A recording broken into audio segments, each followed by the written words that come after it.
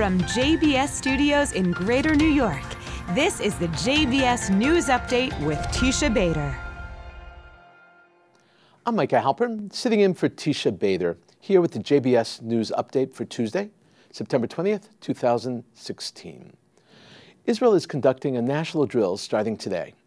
It will be as realistic as possible. The Home Front Command is enacting a drill that will simulate a multi-front simultaneous attack against Israel.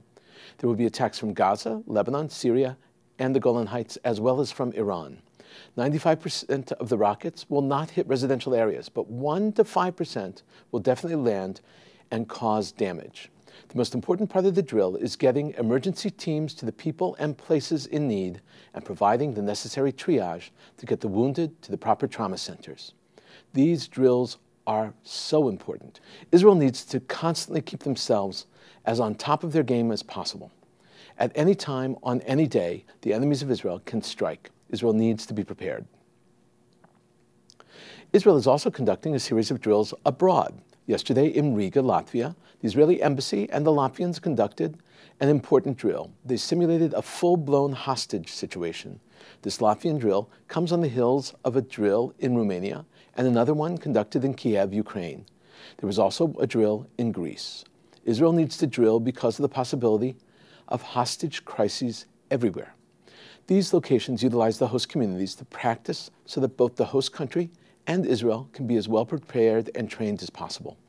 Every single Israeli embassy and consulate around the world has been regularly training and drilling so that when the situation arises, they will be ready and able to protect themselves.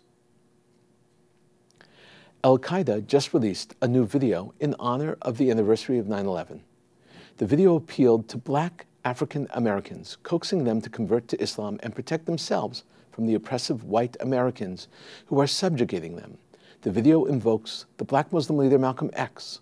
The video's objective is to stoke racial tensions in the United States and push black Americans to convert to Islam.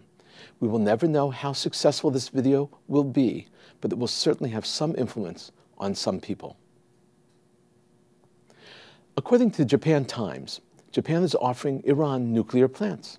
The piece also noted that Russia is breaking ground on 2 new nuclear power plants. In addition, Russia and China have confirmed their positions as suppliers of nuclear technology. They have signed deals for 20 more nuclear sites between Russia and the Chinese. It seems obvious from this that Iran is already off and running on their nuclear program. The reality is that Russia, China, and Japan are jumping in and helping Iran's re-entry into this new nuclear era by supplying and building nuclear facilities all over Iran. A recent poll in France reveals 2 very interesting and important pieces of information about Muslims who live in France. 30% of those surveyed said that Islamic law is more important than French law, and that one should follow Sharia over French law. The next interesting point is that it has been assumed that 10% of the 64 million people in France were Muslims.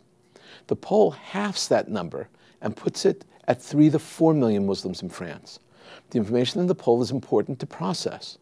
It is clear that Muslims in France are less and less likely to buy into the national values of freedom, equality, and fraternity. It is also important to realize that an entire educational message needs to be directed at teaching about the importance of the Republic. A massive crisis has engulfed Algeria. It's called Mapgate.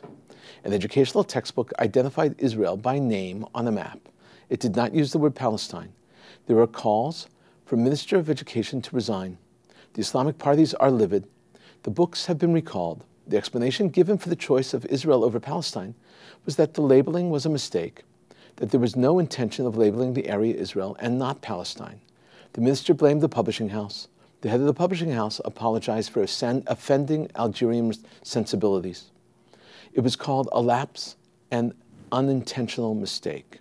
The publisher said that the author was on deadline and downloaded the map from the internet without checking it.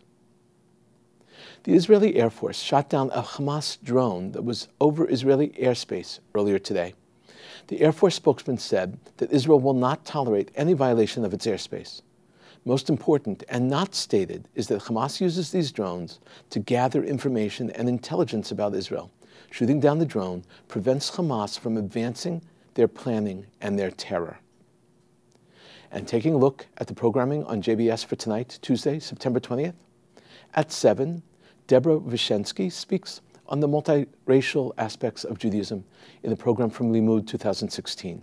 At 8, we continue to look at Jewish multiculturalism with a program featuring musician Marika Hughes and photographer, writer Julian Voloj, moderated by Sandy Bawarski.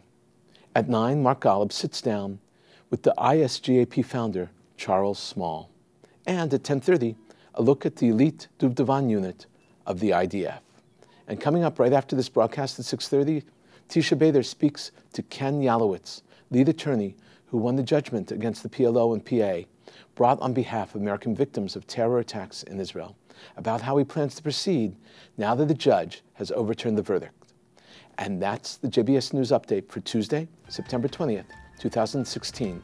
I'm Micah Halpern.